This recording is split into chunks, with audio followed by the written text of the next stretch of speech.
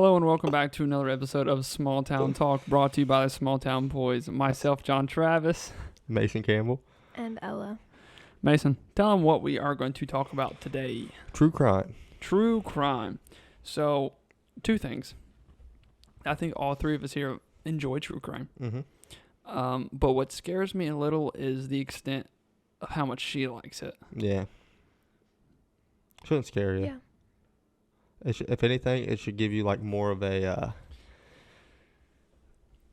like signs to look for whenever she's gonna kill you. You'll be like, I feel like I heard her talk she's about watched this one time. so much true crime, like she could commit the perfect murder now. Yeah, and get away with it. And get away with it because she knows what to do. It's not even like that I'm interested in like the crimes. I don't know. It's You like like I find comfort.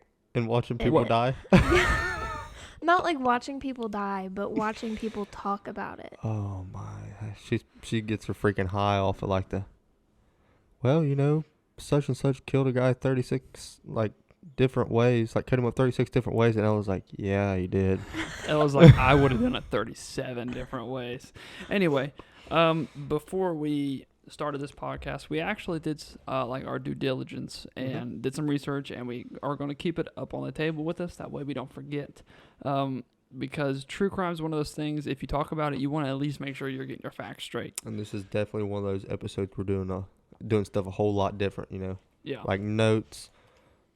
You're wearing jeans. I'm wearing sweatpants. We like roles are reversed here. Yes. It really is. Mason walked in sweatpants, and I immediately told him I was about to call his mom because he's obviously been drinking tonight. Yeah, 'cause I mean, dude, I don't wear freaking sweatpants.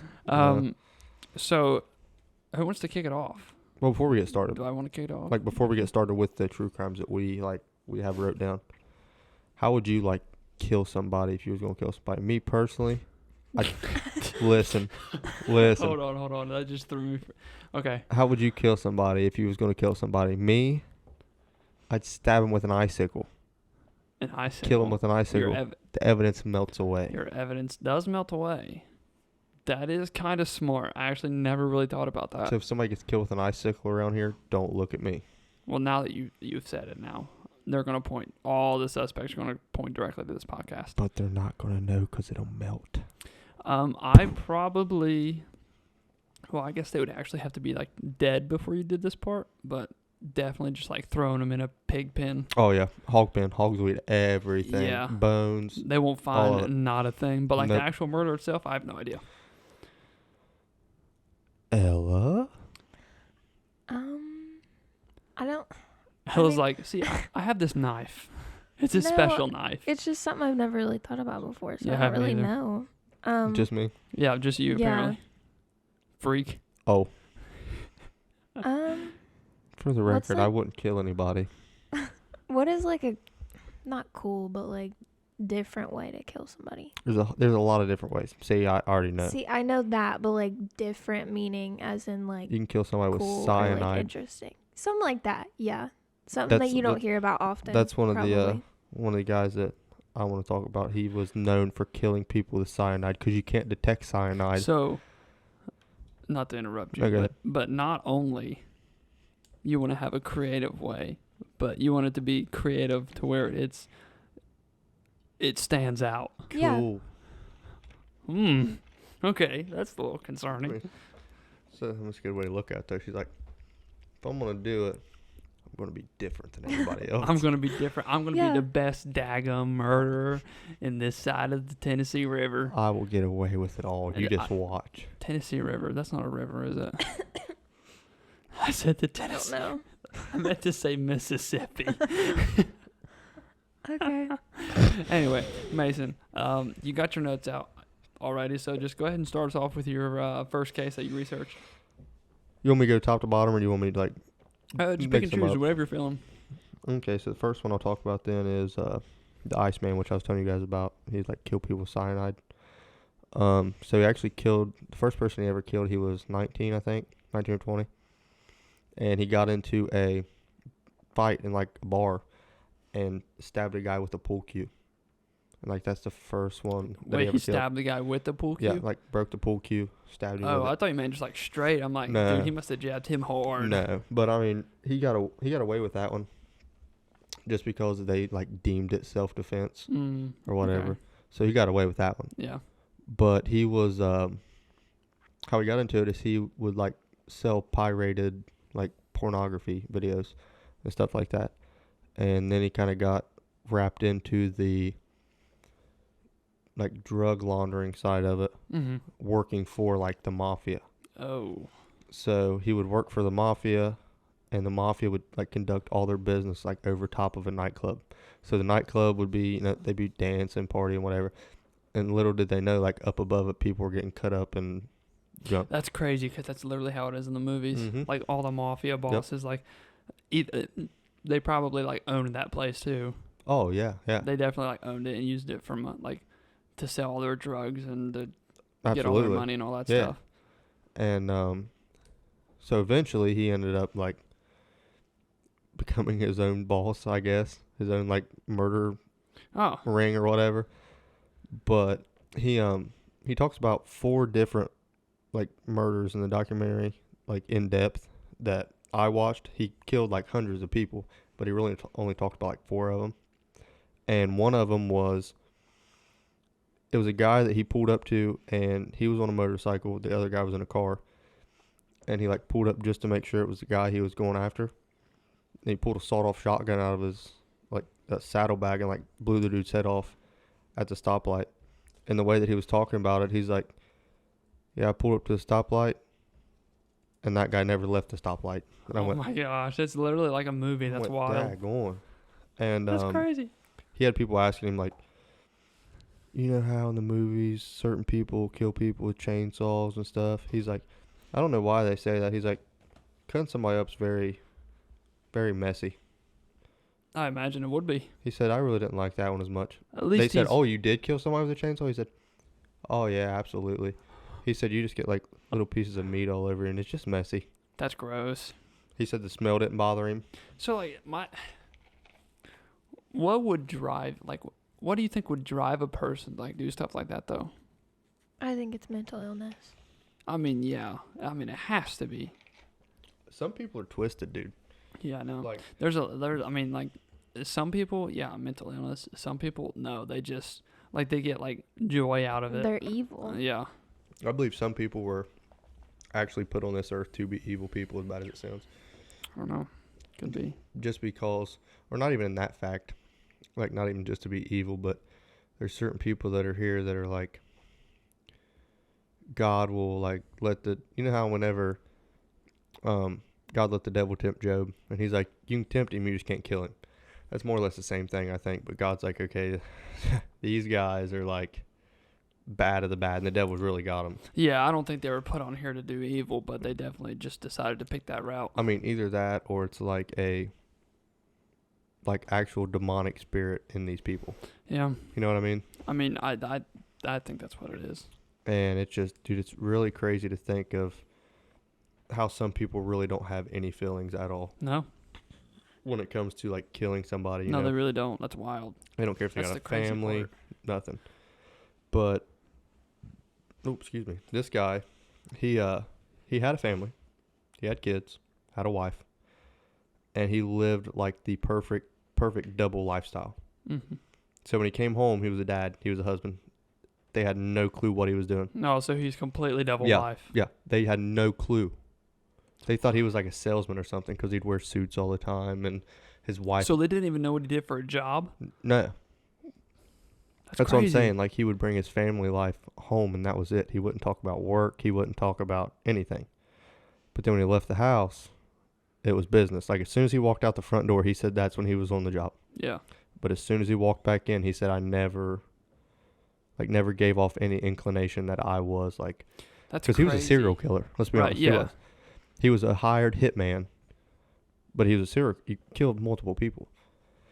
And they call him the Iceman because he used to kill people, and he like bought this warehouse almost, and they put a freezer in there, and he'd kill the people, he'd put them in the freezer, freeze their bodies, and then he'd bring them out, let them unthaw, and put them somewhere the cops would find them. Well, when you freeze somebody's organs, they don't deteriorate, so they couldn't put like a time of death with the bodies whenever he Right. would like Yeah. get them out.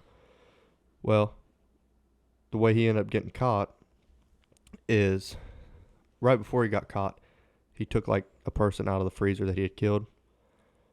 He didn't let him thaw out. So whenever like the coroner came and picked him up and they took him back and done an autopsy, they cut him open and there was chunks of ice inside the person still. So they were like, okay, we think Richard Kuklinski is the guy, and now we definitely know because he has a warehouse, he has a freezer, and it's 115 degrees outside, and this guy has ice in him, you know? Yeah. So they hired like a FBI detective to go undercover and act as like a hitman for hire too, Mm-hmm. and like had conversations with him. They'd sit down, they'd talk about how they kill people, like how they get away with it, and little did he know, like he was just like digging his own grave by talking to this guy. Right. And like earlier how we said cyanide, he learned how to kill people with cyanide, like whether it be a powder that he would put on their food. Where would you even... Well, first of all, how long ago was this? He died in 2005. So he died... Like, when was he, like, killing people? First time he killed somebody was in 1980. 1980. So, I mean, it was probably a little bit easier back then, but, like, how do you just get cyanide? Black market, just like anything. Yeah, but they, like... Nobody's going to ask questions if you're buying on the black market. Yeah, I know, but, like, they didn't have the online black market like they do today. Well, no, but you got to think if you're a hitman driving everywhere in the country and going out of the country, you don't need to, like, have it electronically. Yeah, I know. I'm just... You know? I don't know. I'm curious on how they got... If you're that high of a able to hitman, get you that. don't ask questions. Well, You know, yeah, I it's know, like, I understand, but, like, the people that he got it from, like, how did they get it? you can make it. It's Can just you like, make- it's just, you know how people cook up meth and stuff? It's the same thing. You just put all your ingredients in it and sell it. Now, that would be a good video for Patreon. Right? But, I mean, it's like, but he would talk about, like, he'd sprinkle cyanide on, like, food. Yeah. Come back and you eat it, and it's, like, in your system like that. And you can't detect cyanide if you're not looking for cyanide. Yeah. So it messes with your heart and it looks like a heart attack. Like, he put it in a whiskey or something like that. Made it a liquid form and was, like, at a bar and, like, bumped into somebody. And when it dumped on him, it ate through their clothes, through his skin, and he was done. Yeah. And they That's didn't just know. like, I mean, cyanide will kill you, like, excuse me, extremely fast because, like, German commanders and stuff, when they were going to, like, a high-risk area back in, like, World War II, they would keep a cyanide capsule, Mm-hmm. like, in the back of their cheek. Yep. And then if they were ever captured or anything, they'd just bite it one time. They'd be done in, like, 2 minutes. Yep. If they're lucky. If they're lucky. Because Yeah. sometimes it's, like, longer lasting effects is what he was talking about. Yeah. Because he was like, I sit there after I put it on the guy's food. He said, I walked back. I sat at my table and I just watched him. He said, and I watched him choke to death. I went, like, he was like so evil. Whenever you watch the video, you can just see it in his eyes. That it was almost like it was black. Like, it was almost just pure evil. Oh, I would imagine. Like, he made a video where he killed a guy. I think I've already told you this before, but he killed a guy on Christmas Eve. He rolled up, met with the guy, and he grabbed a hold of the guy and, like, pulled him out and a bunch of different stuff. And then that guy was like, please God, and this and that. And he went, okay, I'll tell you one thing. He's like, I'll let you pray for a half an hour. And if God comes down and changes the circumstances, I'll let you live. And then he said in the interview, well, God didn't show up that night, and that guy didn't leave that car. And whenever he got home, they said, were you, like, aggravated or anything? Like, he said, well, when I went home, I couldn't get the wagons together for the kids' Christmas. That was kind of aggravating. That's just crazy how he can just, like, he has a switch that, like, as soon as he walks in that door, it's just like normal person. Yeah. He said, as I was sitting there putting toys together, I saw the news broadcast come across the screen. And that's when they asked him, they said, well, what did you feel? And he's like, I just kind of aggravated the toys wasn't going together properly. That's crazy. But whenever they arrested him, they done that with the detective, and come to find out he was planning on killing that detective once he got all the information. The detective that was undercover. Yep. Yeah. He had planned on killing him once he got all the information from the detective, so that was, like, already in the works. And they didn't know that whenever he's meeting with the detective. Huh. So it could have been something as easy as him sitting down and having a bottle of water and him taking a needle and injecting something in it where it wouldn't come out. Yeah. and that guy drinking it dying. They didn't know, like, until after. Yeah. After he was arrested and caught, they told him, it's like, yeah, I was planning on killing that guy. Oh my lord. But when they arrested him, they couldn't. The arresting officer said that he was doing everything he could to get one click on the handcuffs around his wrists. That's how big he was. So he's a big dude. Yep. He was like Wow. 6'6", 6'7", like 300 some pounds and nothing but muscle, and his hands were like the size of like the top of a basketball. But yeah, he chose cyanide instead of beating the crap out Yep. of people. But Yeah. he killed. So what I got down here is he killed from 1984 or 1980 to 84. He killed 5 people. That was it. But those 5 people, he wouldn't kill them for under like 6 figures. Right. So each person was 6 figures or better. And when it come time for the judges to sentence him, it says they gave him 4 consecutive life sentences. I mean, What state did this happen in? Do you know? I'm not sure. I Mm. want to say Chicago or New Jersey. New Jersey. That's where it was. New Jersey. Because it was like a legitimate. Because back in, when did he get prosecuted? Back Oh, like heck, in the 80s? I don't know. No. He started killing in the 80s, and he didn't get caught for like 40 or 50 years. Like he killed from that time till he got caught. He was killing people. So I mean, you do the math and see how many people he actually killed. Hmm. I mean, it's Crazy. actually insane because, like you said, he would flip that switch and go home and be a family man, and then as soon as he would like go out, he was all business, and they didn't know. That's what the craziest part to me is that you're killing people for 40 years and your family don't know. Like, that takes a different kind of evil. Yeah, that's like an actual like personality. Like he It's like probably didn't have it, but that reminds me of like a personality disorder where people just instantly just Like a Jekyll and Hyde completely- situation. it completely change their personality and you don't know Yep. like at all. But I mean, he did it voluntarily. He didn't Yeah. have like multiple personalities. But like he just being able to like flip that switch. It's crazy to think It's that was insane. his job. Like, Yeah. that was his work. And you only had to kill one person a year and he made 6 figures. And he was killing more than that. Yeah. That was just from 80 to 84. He took a break, is what he said. Yeah. That's wild. So, I mean, and like his wife, like, wouldn't, like, she would have access to his bank account and stuff. And she saw all this money going in and didn't throw any red flags up. Like she said, I just figured he was getting a lot of bonuses because he was traveling for work a lot. A lot of bonuses. Yep. That's crazy. So I wonder what, because like a lot of serial killers and stuff like that don't really have like, they have specific people that they like target. Yep. But I don't think like anything is, I don't really think there's any motive behind it. It's a paycheck. Like, well, I'm not talking about like, because 9 out of 10 times serial killers aren't getting paid to kill people. They're just doing it out of Yeah. for whatever sick reason they want to. But like, none that I have heard of at least have been like super racially motivated Yeah. or like, you know what I mean? Like, Just everybody. it's just kind of like they enjoy the whole process. Yep. And that's the only reason they do it, Yep.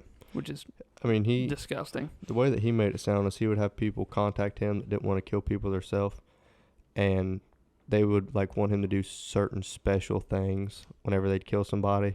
So he said that one guy had asked him to cut out a guy's tongue and shove it up his rear end. Well, that's fancy. Mm-hmm. Whenever they found him. That's an odd, that's a strange request. Yep. Yeah. So he cut the dude's tongue off, and Yeah. he's mailed. He was really talking out of his butt then. Huh? Yeah. That's pretty much what Right. the Yeah. The whole. thing was about. Yeah. Yeah. And he said that he would like cut off hands or cut off fingers and like put it in boxes and like ship it wherever they wanted it to send a message. I was Mm. like, dude, I couldn't do that. I couldn't. No, I couldn't either. It would take a lot to kill somebody. Like, honestly, it would. But it would take even more to like dismember a body after you killed it. Like, what would even like push somebody to think to, oh, I can cut off an arm, a leg, this finger, that finger, their tongue, cut their eyeballs out. Like, who would think of that? Sick people. That would creep me out doing that to a body in general. Yeah. Well, I think if you can kill somebody, that stuff ain't gonna bother you either. Hey, got a point. Yeah, but I feel like the worst area. Where do you think the worst area for like murders and like serial killers and stuff like that is?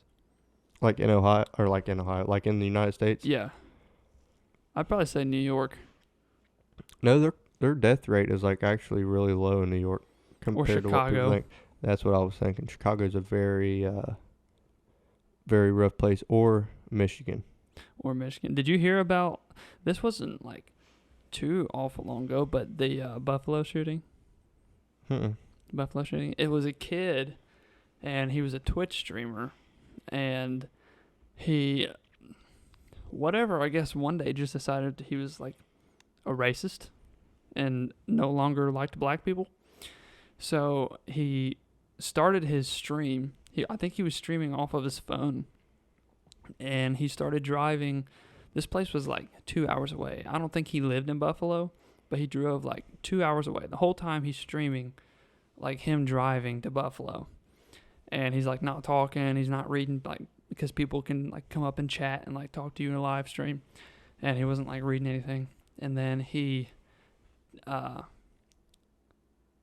taped his phone to his hat, and he was parked at a grocery store. I don't think he was parked yet, actually, but he was at a grocery store parking lot in Buffalo. And then he like turns to his passenger seat, and there's just like an AR-10 sitting in his passenger seat, and like he doesn't say anything. No. So he grabs his AR-10 and he puts a mag in it, and then he pulls up to this curb, and there was like 2 people loading groceries up in a car over here, and like one lady just literally walking out of the store with a couple bags in her hands. Because I seen this whole video on Twitter, and it was a lady. She was just like walking back to her car with some groceries, and then he hopped out of the car, and I can't remember what he said. It was kind of muffled, like the video wasn't like very great, but he said something to this lady, and she looked and like turned to him, and then he started opening up on people. He shot her, and the 2 people that were loading their groceries died. And so he runs into the store. He's like shooting through glass, and he runs in, and then he starts only killing the black people, but inside the store.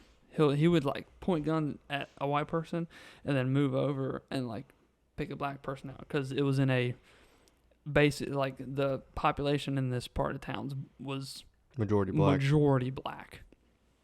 And he was like shooting cashiers and like all this stuff, and you see him like get shot and lose their life like in the video. And he pulls up to, I'm pretty sure he's a manager. He looked like a manager because he was dressed differently than everyone else. And he was like laying behind one of the counters, and he just like, he pops out and is pointing this gun at this guy, and the dude's like begging him not to like do it. He's like, I got kids. Like that's what he was saying. And then he pulls the trigger, but he's empty. He went through 2 mags, 2 10-round mags, I think, 20 rounds total. And he clicked it, and it was empty.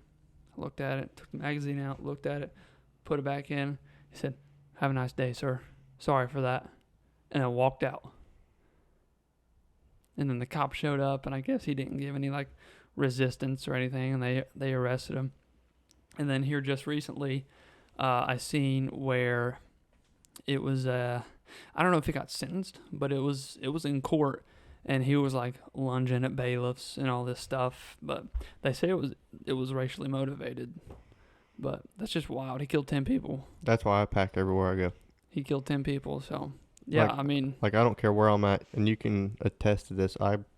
If we get out of the car somewhere we don't know, I put my daggone pistol in the back of my freaking waistband. I usually don't carry mine into places, but I always have mine in my car. Oh, I will. And I also hate that they put things like that on the internet. Oh yeah. Because imagine if like a family member would run across that video. And I didn't know what it was at first. It said Buffalo shooting, and the way the video starts out, it's him like pulling up into this gas station. I thought it was just going to witness the shooting, but no, the guy does the shooting. That's crazy. Did he post it? Or like It was live streamed. So somebody probably Yeah. So someone recorded it. Yeah. That's crazy. And then posted it up on Twitter. No, I definitely, if I was in that situation, like in a store, I would be glad that I had my pistol on me. Because at that point, I could like return fire at somebody and be like, it wouldn't be a total loss, you know? No. Well, did you like that? A prime example of that is, I don't know hardly any details about this other than a few, but there was a shooting at some mall here. It was within probably the last 6 months, 4 months, probably 5 months. I don't know, somewhere in that range. But it was just a guy with his wife and kids at a mall, and this mall got shot up, and he was in the mall. So, I mean, he was packing, and he took 2 shots with a pistol, a 9mm at like 75 yards, like down this straight stretch Drop the dude. of a in a mall, shopping mall, and dropped him.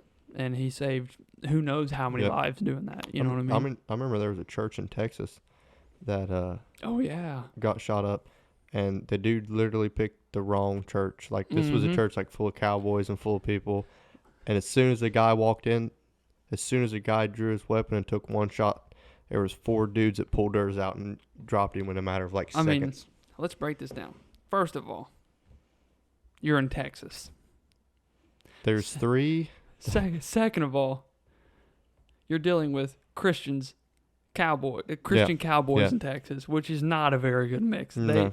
They clean their shotgun while they read their Bible type stuff. You know what I mean? It's like I remember watching a video and a guy said, I don't agree with the way he put it, but it's kind of funny. Like I agree with the way that like he put them in order. He's like, there's 3 gods in Texas. He said the Almighty himself. He said George Strait, and then it was like Bill Newton, I think, and it was like a big cowboy that had like paved the way for ranches in Texas. And he said, and you just met the 3rd one. And I was like, huh, okay. So God, George Strait, and then a cowboy. Nice. I forgot to tell you about this.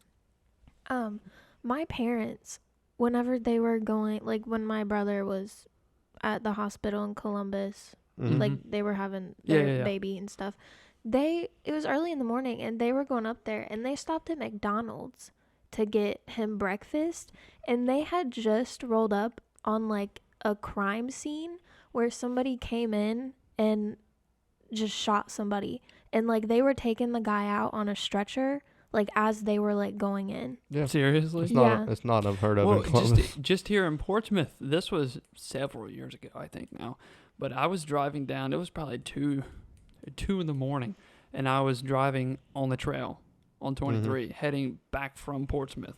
I was coming from my aunt's house, I do believe, and on the left-hand side, if you're coming out of Portsmouth, there's a bunch of houses. Like as you're passing, like CVS or it would be before CVS. Is this on the trail? But yeah. Okay. Yeah, so on the left side, there's like a bunch of houses. Well, there was like probably anywhere from 8 to 12 police cars completely just randomly parked in the road, like erratic, like something had just happened. And so I kind of like slow down. I mean, complete block off of traffic. So I just stop and I sit there for probably 5-6 minutes before someone kind of like told me to go around. And so I was curious because it was an old house and there was all kinds of police cars there. Well, it turns out, I guess, that someone had a drug deal go bad, and then they took the money and the drugs and left. So dude showed up like 20 minutes later at this guy's house and just shot him dead, like right in his house. And then the police come in, and I'm pretty sure they had to shoot him, but they didn't kill him. They only wounded him. Yeah. But they had to like shoot him. Like, you don't really like hear about, like, only reason I knew about that is because I seen a Facebook post about it, because I had to look at it. But this was 2, 3, 4 days afterwards. Oh yeah. So like, there's a bunch of stuff that happens around here that we don't even know about. I remember I saw the FBI in Portsmouth, right across from the ambulance place. Like the FBI car was like literally outside, and then it had the crime scene unit was there in their big white van.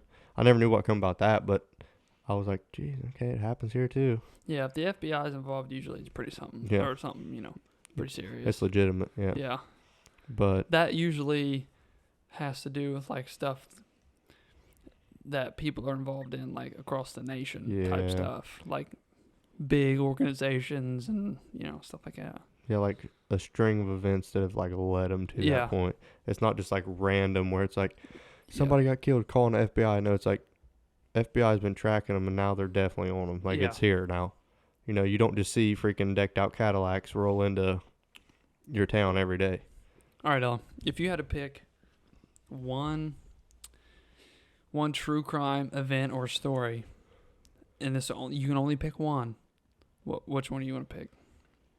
Just like as like a favorite. Well, let's not say favorite. What I find most interesting. Yes. What you get most giggles about? Most Kills. Die. Probably Jeffrey Dahmer. Jeffrey Dahmer. Okay. Why? I just think, like I said, I just think it's really interesting. I don't know a whole lot about Jeffrey A Dahmer. homosexual serial killer. I feel like I've read about it so much and like watched the movie, I've watched the show, like I've watched a ton of like YouTube videos about it. Like I feel like I know a lot. You think you would like him, gee whiz. Hey man, you need to take some pictures. Please. Yeah, Mason, let's go take some I pictures. just want to take some pictures, man. I knew that he only killed men. Gay men. Or boys. I knew that that's how he like enticed them. It was like coming to take pictures and stuff. Other than that, I don't know a whole lot. He'd pick them up from the gay bars. He performed a craniotomy. I think that's how you pronounce it. On a 14-year-old boy, which was he like drilled into the side of his eye, back into his brain, to the part of the brain that would like more or less make the kid like a zombie. That's a lobotomy. Yeah. Whatever, same thing. They're drilling into the head, and the kid made his way outside somehow, and like people were asking him, like, "What's wrong with you? What's wrong with you?" And like Jeffrey Dahmer went to the store to get beer and came back. And he's like, "Oh, it's just my boyfriend. He's drunk." And like the cop showed up, and he's like, "No, look, seriously, I got pictures." And like whenever the dude was all drugged up and everything, Jeffrey Dahmer took pictures of him naked and stuff, like laying on the bed. And he said, "See, we just took some pictures earlier." And I was like, See, and the thing is, these cops apparently were so like homophobic and stuff. Like they didn't want to like care enough to Like they didn't search get his involved stuff at or all. like Or anything. touch him because they was like, Like they just wanted to let it yeah. go. Like he even walked up into his apartment, I believe, and they said, "Do you really have more?" He's like, "Yeah, you guys can sit down if you want." And they're They like, were like, no. "No, Like, no, all right. we believe you. Just take care of him." And like walked out. Let's go, Johnson. Yep. We're getting out of Which here. I think you shouldn't be like that. I just want to make that clear. What, I mean- kill gay people? Well, because Well, yeah, that Probably not. obviously, but like That's a hate crime. be disgusted for nothing, basically. didn't they get like reports and stuff too that his apartment smelled like absolute Oh, yeah. disgustingness? He had a neighbor who was smelling it. Like it was coming through the air vent. Yeah, it was dead bodies, dude. So Parts of okay, bodies I mean, in an acid barrel in his apartment. I mean, I feel like a bad smell and dead body smell are two completely different smells, and like you should at least know there's something dead in here. I'd say it wasn't Yeah. dead body smell. I would say that it was like spoiled meat smell because Yeah. he didn't keep all the parts of the he keep like organs and stuff. But And that's still, what he even, said. He was like he had spoiled meat or Yeah. something like that. Even then, if I was a cop and I knew this guy's apartment smelled like that, and I seen a drunk kid and them like taking naked pictures and crap, I would be a little hesitant to be like, oh, okay, this is a normal thing. Yeah, but they didn't know about the pictures No. until he was actually arrested because that's when they actually searched his apartment. Because honestly, this stuff wasn't even hard to find. I thought you No. said he showed them the pictures to he- prove. He took No, I thought he took the cops he up to his showed room. a picture Yeah. of them. Yeah, that's what I'm But saying. they weren't naked. It was just a picture. Oh, I thought they were. Oh, But he had like a whole drawer full of them, like in a room in his apartment. And then whenever he was living with his grandma, he stole like a mannequin from like a department store. And like, it's going to sound really weird and it feels really weird to like explain it. But he was like, he had the mannequin like laying on the bed and he was like rubbing the mannequin's groin part. And he was like, yeah, I don't want to leave you. Like talking to it like it's a real person. Yeah, wasn't that like his whole thing? Like he felt lonely because like people would like leave him, Yep. and he Yeah. wanted people to like stay. So if he killed him, he could keep a piece of him with him. Yeah, that's messed up. Yep. And That's like, well, I think like stuff like that comes from like childhood trauma, like Yeah. that sort of like mental illness that he had. And Yeah. when he was like in court for his arrests and stuff, they tried to put him like on, the mental illness route, Mm-hmm.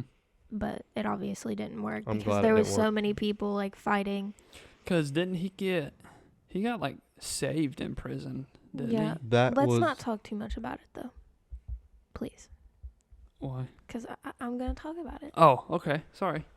I feel like you forgot that. well, go ahead and talk about Okay, so it. Okay. so like I have to like gather my thoughts first because you kind of put me on the spot. All right, Mason, So- how you doing She today? is not helping the situation. No. Don't talk about it. I want to talk about it. Okay, go give me a No, minute. I was Don't like, put that in the podcast. I wasn't done like thinking about everything, so I wasn't quite ready. Okay, well, you get everything completely ready, and I'll speak to Mason. Do you for want a my second. notepad? No, I got it. I just gotta figure out where I'm gonna start. Okay, so I'll go to mine. You know what? I'll throw two into one so that she gets the time to describe hers. So I'll talk a little bit about each one of the last ones I have. Then we'll go to break, and then once we go to break and we come back, Ella can give her James Dahmer story. James Dahmer. Sounds more professional that way. Okay, so another one's Columbine. Everybody knows about Columbine. Columbine. Everybody knows about Columbine except John Travis. So He said, "Oh, I'm going to talk about Columbine." I said, "Talk about combines." No, Columbine. Yeah, I was like, I John- have no idea what you're talking about. So Columbine is a high school. I can't remember where it was exactly. Want to say Missouri. Don't know for sure. But there was two seniors, Eric Harris and Dylan Klebold. So they were two like outcast people that they really didn't fit in with everybody else. You know, they would record like their own little home movies of like saving people from bad guys, and like they had fake guns, Yeah, trench coats. They would save people, whatever, blah sounds blah like blah. something I would do. Yeah, no, these guys were weird, dude. Like they were just, like they would take it to extremes, weird. Oh. So, That still sounds like something I do. so they were tired of people like picking on them in school and like the jocks and everything. So they really wasn't like scared of the jocks. Like if the jocks were walking down the hallway in the Mhm. middle, they just walk right through them. Like they didn't care, but they were getting treated differently, like Yeah. a lot different because they were weird. So they had this whole thing planned out. They started buying guns, like sawed-off shotguns, pistols. Pretty sure they had like machine guns, like what do they call it, Uzi, the real little handheld Yeah. ones. So they had those. So they had it all planned out that they was going to go into school late. I forget what day it was, like Thursday or Friday. How old were these kids? They were seniors in high school, so 19 or 18, 18, 19. whatever. Yeah. So showed up to school late. People were walking out, to go to lunch and all that stuff, and they started opening fire on them. And as soon as they started opening fire, that was the start of it. They didn't stop until they were dead. So they made their way in. I think they went to a couple classrooms first and were shooting people. Well, they ended up making their way to the library. So they made their way to the library, and there's like, teachers like on the phone with 911. She's like, "Listen, there's like there's two shooters here, and like we're in the library. Like the doors aren't locked, nothing like that. Well, they come in the library, and they start opening fire throughout the whole library on everything that was moving. Well, they were so mentally messed up that they saw a black guy, and they was like, we found a, N-word over here. And they shot him right in front of another guy sitting right next to him. And went back down the hall. They had propane tanks set to explode at certain times. They had timers on them. They took them and put them all throughout the cafeteria everywhere. One of them went off. The other one's malfunctioned, didn't go off. So one of them exploded, and it wasn't as big as they thought it was going to be. Well, the cops showed up. There's people running across the yard trying to like get out of there because Yeah. they're shooting. They walk out and they're trying to mow people down, run across the yard. They start firing at cops. Cops are returning fire back up into the school. Like, they're in windows now. They're busting them out. Yeah. And they kind of figured, like, we're not going to make it out of this one. So they killed themselves. Like, each one of them shot themselves. They started doing, like, the big investigation to find out, like, what all was going on with it. And they had, like, notepads on notepads on notepads and videos on videos about how they were going to do it, why they were doing it, what they thought about the school, what they thought about the people in the school. Like, it was, like, it wasn't just, like, a random, like, shooting. It was, like, planned out to the last detail. Yeah. And, like, at the end of the booklet, they said, we will kill ourselves before somebody else does, I'm pretty sure. And, I mean, that's how they went out. That's crazy. But So they worked on that whole thing for like a a minute. I'm pretty sure they said it was like a year and a half That's or wild. longer. And they done it like right before school was out too, like right before graduation. Mm. So like just think if they would have like thought to themselves, it's one thing to think about it and like how we were going to do it, but like it's another thing to act on it. And Yeah. like everybody, I believe certain people do have like impulsive thoughts like that where it's like I could just shoot up a bunch of people and like be done. Mm-hmm. But then they don't act on it and they realize like that's not the answer. It's Yeah, a that stupid probably would have decision. been dumb. Yeah. But I mean, they went through it and like followed their little booklet, like step by step, They had a how-to guide. time. Literally. They had times wrote down of when they were going to enter what room and how long they were going to be in there for before they moved to the next one. Like it was like literally so calculated that it was scary. Wow. That's and insane. when they ended up killing people, it was 15 were dead, and I forget how many were like injured, but there was probably more than 35 or 40 people injured. I'd say so. And one guy got shot in the spine and paralyzed, and he was one of the first guy shot whenever he was coming out of the cafeteria. So they shot him in the spine and paralyzed him, and whenever they walked by him to go into the school, he just like played dead. he couldn't feel his legs or nothing, so he knew something was wrong. But when they walked by, he just like kind of had his eyes open, just laid there, to make it look like he was done. And then he started like crawling. I'm pretty sure like across the yard. Wow. Because he obviously couldn't move. He's paralyzed. Could you imagine that? That would be terrible. And what's ironic is I'm pretty sure Absolutely one of them guys' sisters, like went to that school when he was shooting up, and he didn't care. Really? He was just shooting at everybody. That's disgusting. Yep. And I'm pretty sure they contacted one guy the night before and said, if I was you, I wouldn't come to school tomorrow. They only told one person. Probably that one guy, that one jock that was nice to him. You know what I mean? No, it was a weirder kid. It was like, they said he was like extremely nerdy or something like that, and he like wouldn't hurt a fly, and they was like, hey buddy, I wouldn't come to school tomorrow, is exactly how they said it. Like being nice to him about like, hey, we're going to kill like a bunch of people, so you might want to stay home tomorrow. Yeah. And it's crazy to think that people's minds work that way. I wonder if he stayed home. I think he did, actually. Well, good for that kid. Because in the cops. Because they brought up Billy back. We told you to stay home. Yeah. But I mean, you got to think, how could you live with yourself if like I looked at you and I was like, I'm going to kill a crap ton of people tomorrow. You might want to stay home, and you didn't tell a soul. I would feel awful. Yeah. I doubt they said they were going to kill a bunch of people, but they probably were like, listen, do not, for whatever reason, come to school tomorrow. Even if Same somebody thing. said that, like, I'd still be concerned. Yeah, put two and two together, Yeah. Like, why do they not want me to come to school tomorrow? Well, if he's a weird kid, I mean, I don't know. He probably just wasn't thinking that. He's probably like, oh, I'm going to get beat up tomorrow. They would have done it then there, you know what I mean? But, like, I don't know. I think this is a good spot to take a break. Yeah. Let Ellie gather her thoughts. Oh, my gosh. All right. Take a break. I was gonna roll us into the break. Take a break. It'll be a little while for us. Just a second for y'all. We'll be right back. Take a break. And we are back. Ella, do you have your thoughts put together yet? Yes. Okay, let's hear them. Okay. So, basically, well, I'm going to talk about Jeffrey Dahmer. I know a lot of people already know pretty much everything about him. But Well, I don't. So Well, we finna learn today. I feel like you do. I'm not going to talk about literally everything. Oh, but okay. the big stuff, I think. Obviously, his story starts whenever he was like, I think it was when he was like really, really little. And his dad was teaching him how to like I don't know if it was just like picking up roadkill or if he was like doing something with it, but he eventually got into like tearing the animals apart and like looking at their Dissecting. yeah, like yeah. Okay.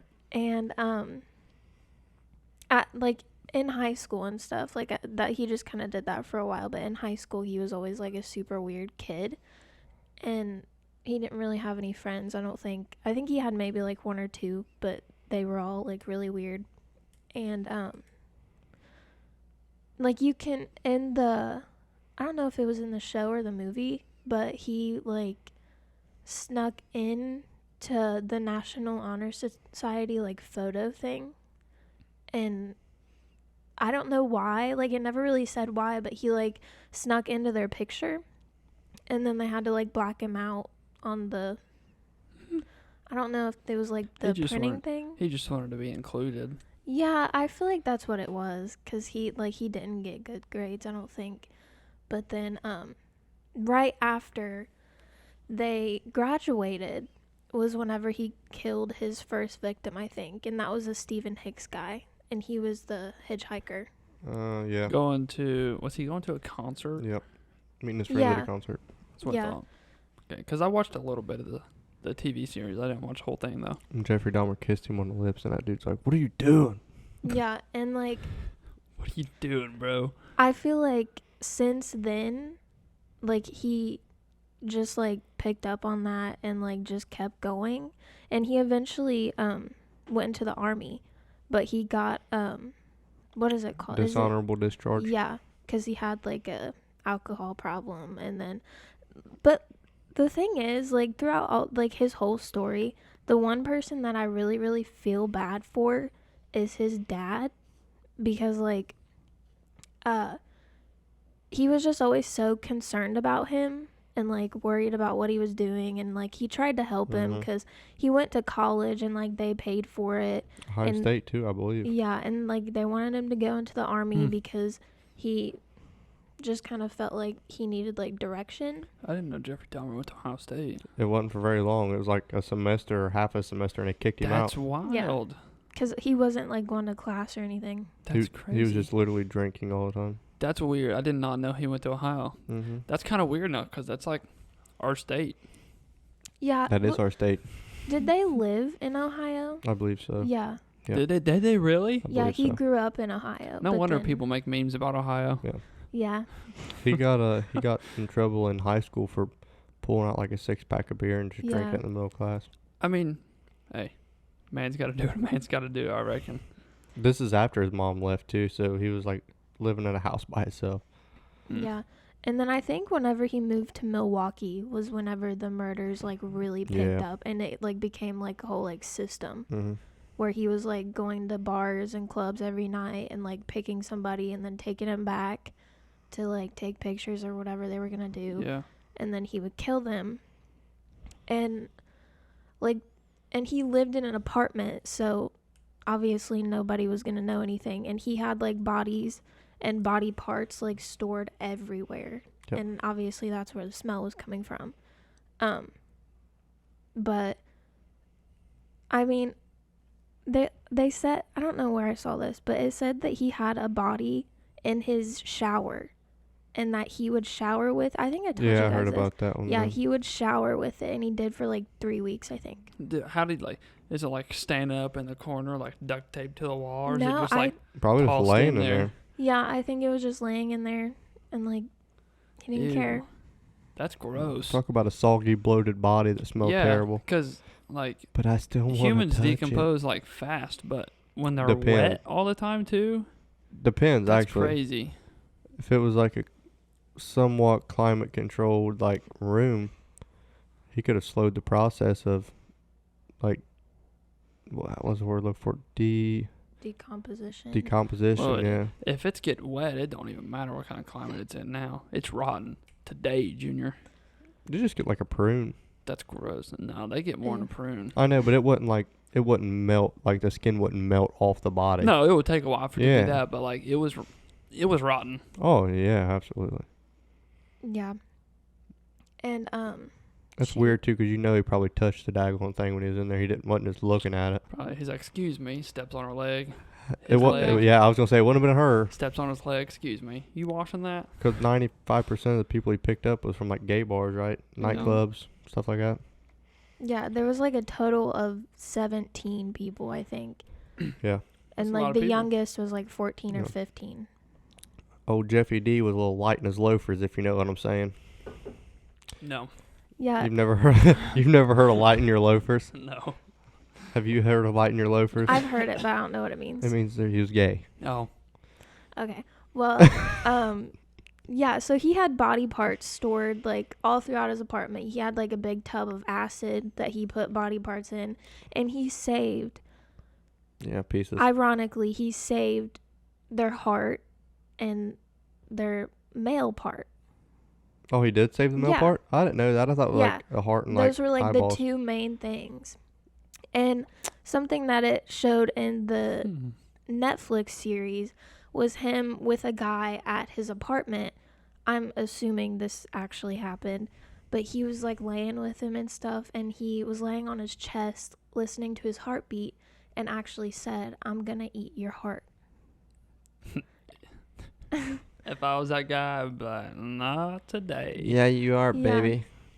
And another interesting thing about it is whenever he would like plan to kill somebody, it said that he had like a ritual of watching The Exorcist. Yep, I saw that. Every which time is he'd watch weird. it. He would Because watch, like, it he like would. just put him in the mood, I Like, guess. That was He's- like he's his. like, "Hold that on. was his pump up music. I can't kill you yet. I have to do something first. Mhm. Click. Yeah.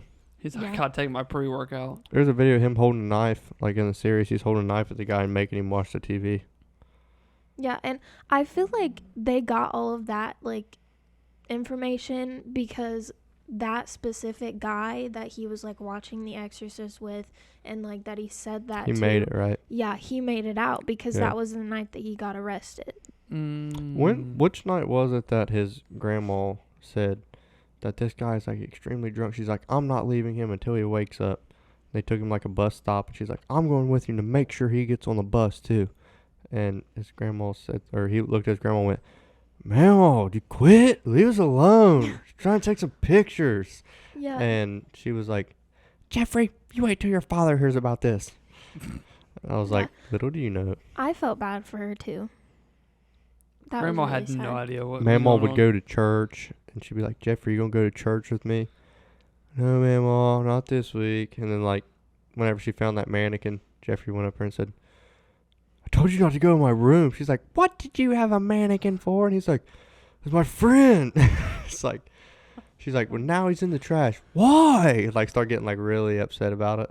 And I was like, the first question you need to ask yourself is, okay, yeah, you're messed up in the head, but why a mannequin? on. Mhm. Well, he's lonely, I reckon.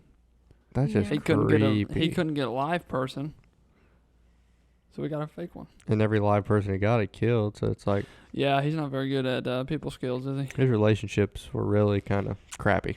Yeah, No, it's short-lived. short-lived. Ha. I think before he like got arrested for all of the killings that he did, though, I think he might have gotten arrested one time before that for like exposing himself in public. Pulled his wiener out at a carnival. Yeah, in front of like little kids. Yep. They said he was peeing, but Well, he was actually wasn't. Yeah, he was jerking it. Yeah. In the middle of a carnival. Yeah. He was like drunk or something, right? And he was visualizing something. He just, yeah, dropped him down, rubbed it out, and went on. But yeah, in like the 90s, whenever he like officially got arrested for all the killings, he, like I said earlier, he was in court, and they worked really hard to try to get him off on like mental illness, and Mhm. he like spoke in front of court and everything, and he like said himself that like he knows he's guilty, and he does feel bad for what he did and all this stuff, but there were so many people fighting because so like all the families Mm-hmm. of all like the victims all fought, and he obviously did not get any mental illness, anything. But It was because just sent he to like prison. he confessed to everything. Yeah. Like, he told him everything. He didn't try to, like, win the trial. Like, he legitimately said, yes, I killed this many people, blah, blah, blah. And at some point, somebody asked him, they said, do you still have the urge to kill people? He's like, sometimes. He was like, it'll come back. At least and he's honest. that's when he was, like, in jail. Yeah. They were like, do you still have the urge? And he went, you know, sometimes there's particular situations that, yeah, I do. And then, like, earlier you said, like, didn't he get saved in jail? That's what they said. That's what he Yeah. had said. I don't know. I've never really watched that part about it. But I know whenever he went into the weight room, whenever he, like, got killed himself, that I think the guy killed him because where he killed that 14-year-old, right? And he said something about, like, Yeah. He said that God, like, sent him to kill people. Yeah. Yeah. And I think this is so crazy. Okay. While he was in prison, he was literally sent, like, fan mail. Mm-hmm. Like, people, like, loved him. That's so why though? I don't know. Like, that's weird. Mm-hmm. People are crazy.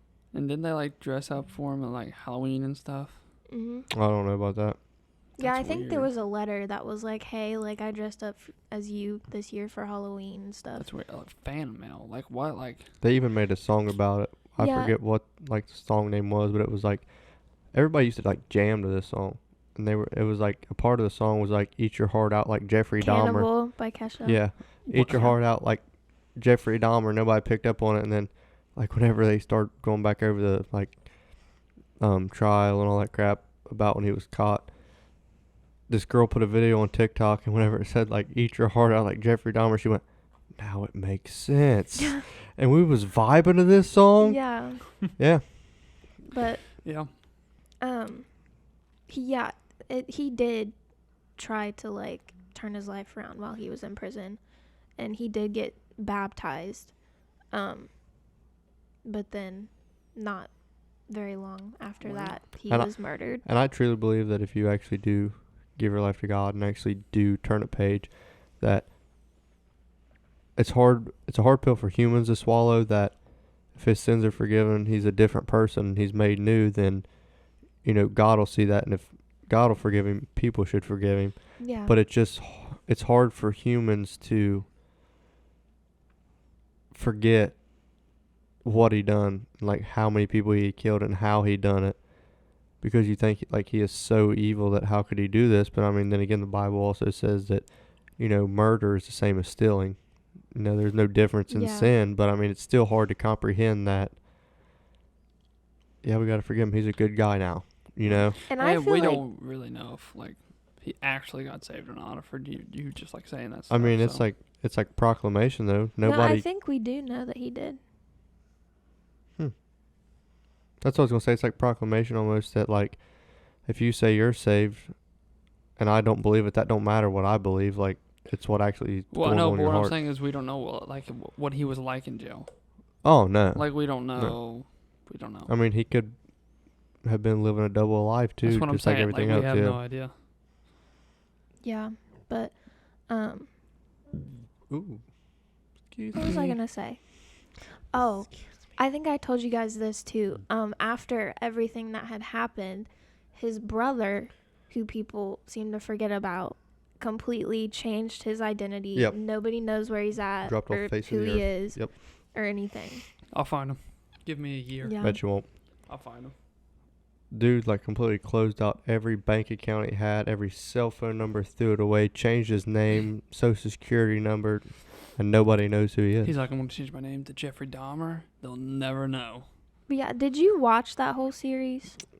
Pretty much, yeah. Yeah, I feel like the part like from where he got baptized to where he was killed, I feel like that was like the hardest part to watch Whenever he for got me. killed. Yeah. Oh boy, got beat to death with a dumbbell. Lived by Just the the sword, stuff died that by the guy sword. was saying to him, like, Mm-hmm. you know, like, God sent me to, like, kill.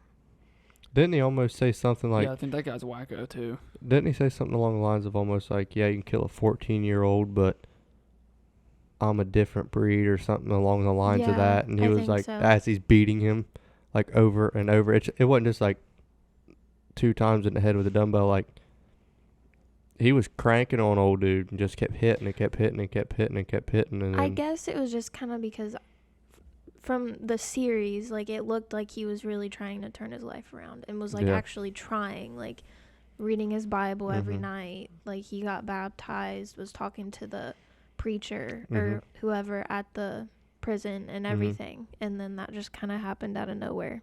he somebody took something of his, and he went, "Hey man, that's mine. Give it back." And they was like, "Screw you, Dahmer." It was You a shoulda- sound machine Yeah. with whale sounds. He's like, "Screw you, Dahmer.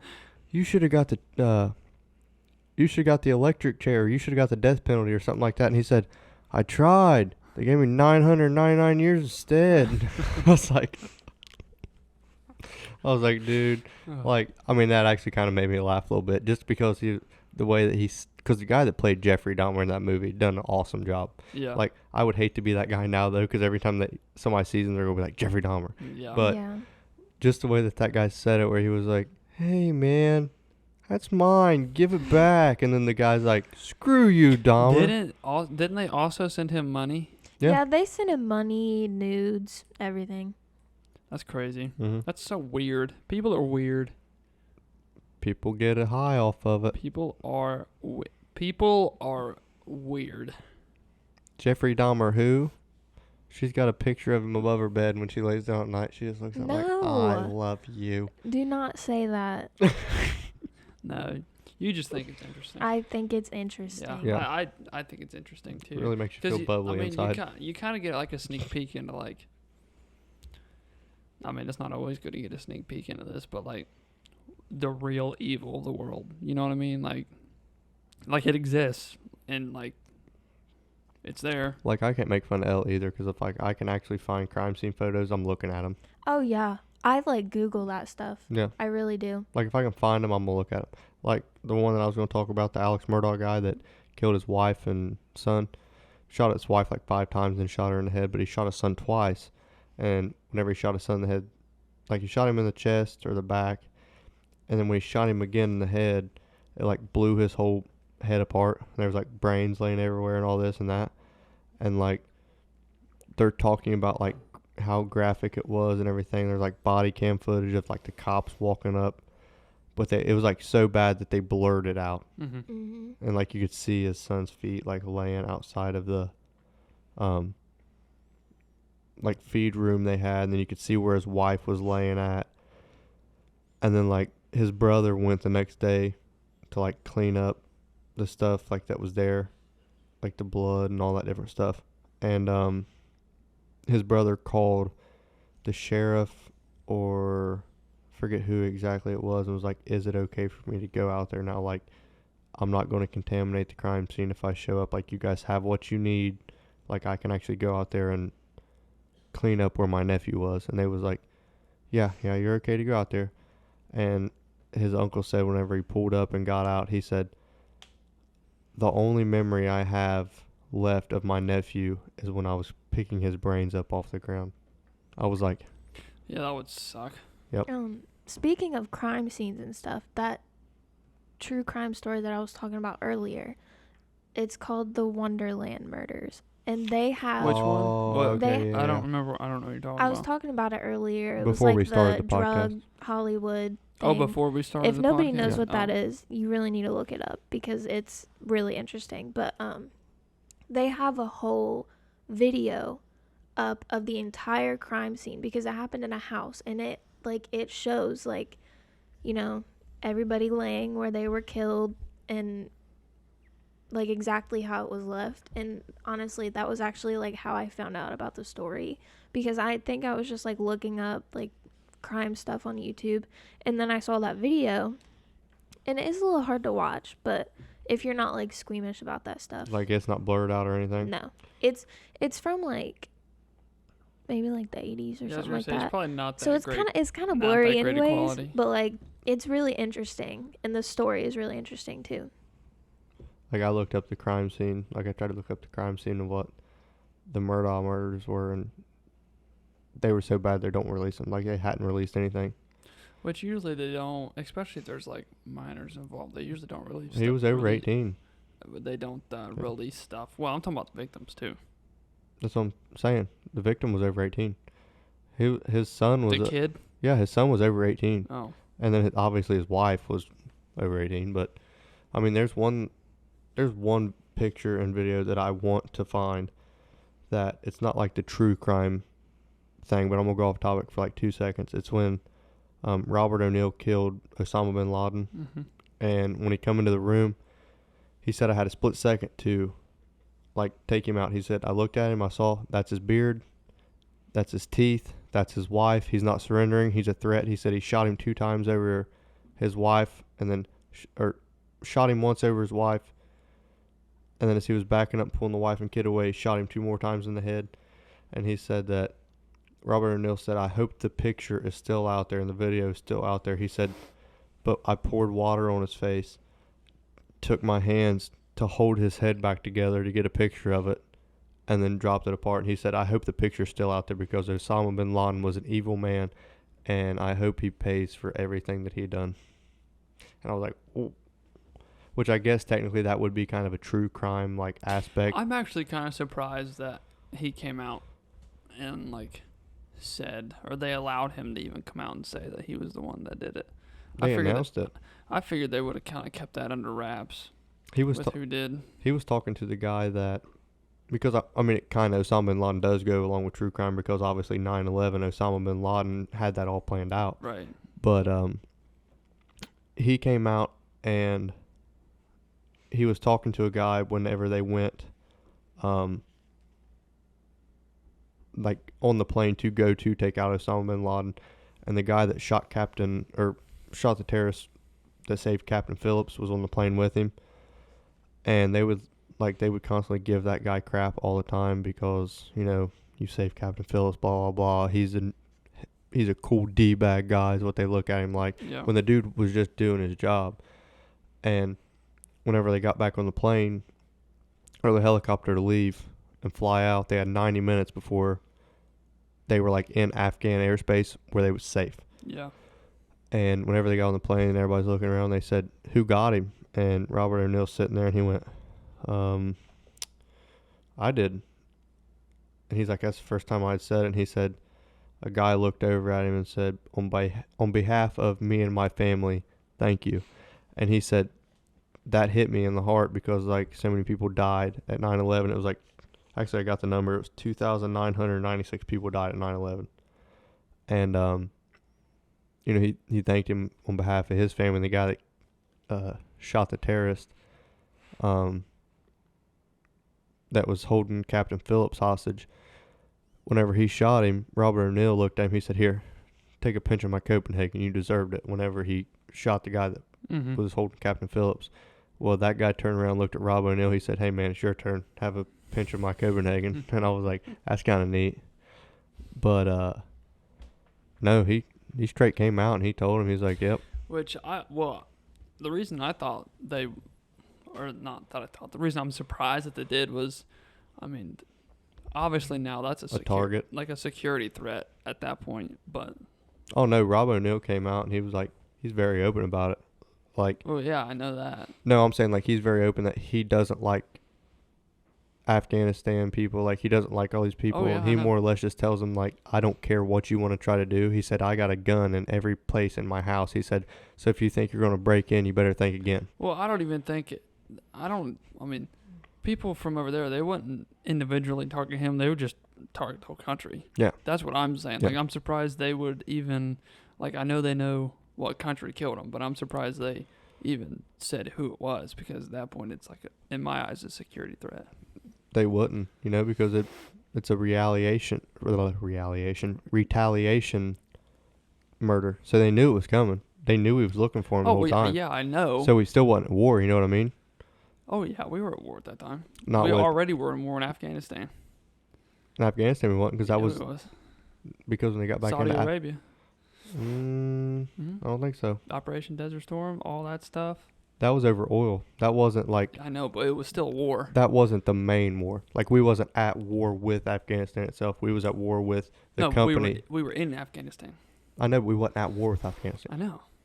We were in Afghanistan fighting another war. Anyways. Did you hear what your husband just said? I don't know. Anyway, but Robert O'Neill's like, I don't care. Like, you can try to do whatever you want to me, whatever, blah, blah, blah. He got kicked off American Airlines when he came back home because I'm pretty sure he, like, pulled a beer out of his pocket, lit up a cigarette, and was sitting there like, yeah, I'm that guy. I would probably too. I Gee wouldn't. whiz. Like, it's crazy. That would be a wild night. Between the helicopters going down and everything kind of going wrong. Yeah, that'd be a wild night. He bought a pair of Prada sunglasses before he got I remember him sent saying, on that. Yeah. And he said, well, what happens if our helicopter goes down or like we got to drive however many miles and the sun's shining? He said, so when you're going to kill a terrorist, wear a Prada. He said, I'm waiting on him to put me on a commercial. I was like, he's like, don't care, dude. Like, you really just, you got ice in your veins. What's the guy that, I can't remember his name, but the guy that, Mark Wahlberg played him, but in Lone Survivor. Mark Wahlberg didn't play him. It was Bradley Cooper that played him. It was Chris Kyle. America's Deadliest Sniper. In Lone Survivor, not American Sniper. Marcus Luttrell. Marcus Luttrell. Is that Yeah. the Lone Survivor guy? Marcus Luttrell is Lone Survivor. Because it was Danny Dietz. That would be a crazy, crazy experience to go through. That's like real trauma. Oh, yeah. It was Marcus Luttrell, Danny Dietz, Matt Murphy, and Matt Axelson were the ones that got deployed. And ironically enough, that whenever they were in the middle of the gunfight, they had a helo coming in because they like radioed back to the base and told them like, we're under attack. Like, there's 5 of us. Who knows how many of them? Like, we need exfil. We need help. The helicopter flew in, and whenever it flew in, one of the guys popped out of the bushes and shot an RPG all the way into the back and took the helicopter down and killed like 16 Navy SEALs like that. And they said it was so loud we didn't hear a helicopter getting shot down. Yep. And they didn't even know whenever they sent like the Rangers in, the Green Berets in, the Marines in to like go and like recover the helo. They didn't know that Marcus Luttrell and them were on the other side of the mountain and had been in a gunfight. They didn't know about that part because Operation Red Wings was like so much like under wraps that they had no clue what was going on. They just thought our helo got shot down. How long did 3 weeks. Did he stay in that village? 3 weeks. 3 weeks? Yep. And they kept moving him all around the village because they'd put him in a room, a mortar would hit it. Well, they'd move him because they had like a sacred code that they would take care. If they said they was going to protect somebody, they would give their life for that person, like the village would, which I thought was neat. Yeah.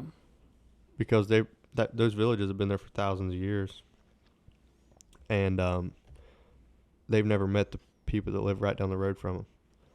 Yeah, it's all pretty isolated over there. Mm-hmm. Well, does anybody else have any other serial killers they want to talk about? What did you talk about? You talked about Buffalo. You got any more? No. You only had one? Yeah. Well, I only use Buffalo because, it's kind of the only one I know. Yeah, I guess that's the point. I'm not like you two crazy people. I don't sit down and watch true crime 24/7. I mean, I don't sit down and watch it 24/7, but I mean... 24/6. To be honest, I haven't watched any true crime in like a long time. To be honest, I don't believe I it. get a high off of that stuff. I'll watch it all the time. I don't believe you. I really haven't. I feel like the last time I watched anything close to it was like weeks ago when I was with you, like here. Yeah, maybe. Oh, yeah. Well, I don't know. I don't You remember. were playing Mr. Ballin. Oh, yeah. Mr. I like that guy. I like that guy a lot. But he does more than just true crime. He does, like, mysterious stuff. I think he does about like everything. Like weird stories and stuff. Those are the best. Those are... He's so good at storytelling. I like the one that keep you hanging the whole time. I feel like I'm there A good when I'm watching his true videos. crime YouTuber is Kendall Ray. Oh, yeah. I like her, too. She has like everything. She does her research. She knows every little detail about everything. I'm writing both these down just because I'm a Kinda weirdo crazy. like that. I've been watching Kendall Ray for like a long time. And she's kind of funny, too. And she has a cat. I like that. And a dog. And a dog. She's a pet person. Anyway, I think this is a good spot to end it. I'm just writing down because I'm going to go home and probably spend 5 hours watching crap. And it's already 2:14 in the morning. Nice. Yeah, we need to do these a little bit earlier. And well, I'm gonna be gone for 2 weeks, so Yeah. the next one you see, John might actually come up to where I'm at, and we'll do a podcast up there. We'll see how he really feels. Tell him. It's Well, gonna be surprise. Well, it ain't gonna be no surprise. They're It's gonna be like, for our Patreon. is it? Yeah. Well, now they got a reason to subscribe to the Patreon. You're That's welcome. true. Well, I think I'm going to end it here. Thank you, everybody, for watching. If you enjoyed this podcast, leave a like. Leave some comments down below in the comment section for questions, ideas, podcast topics, anything like that. Anyway, thank you all for watching, and we'll see you in the next episode.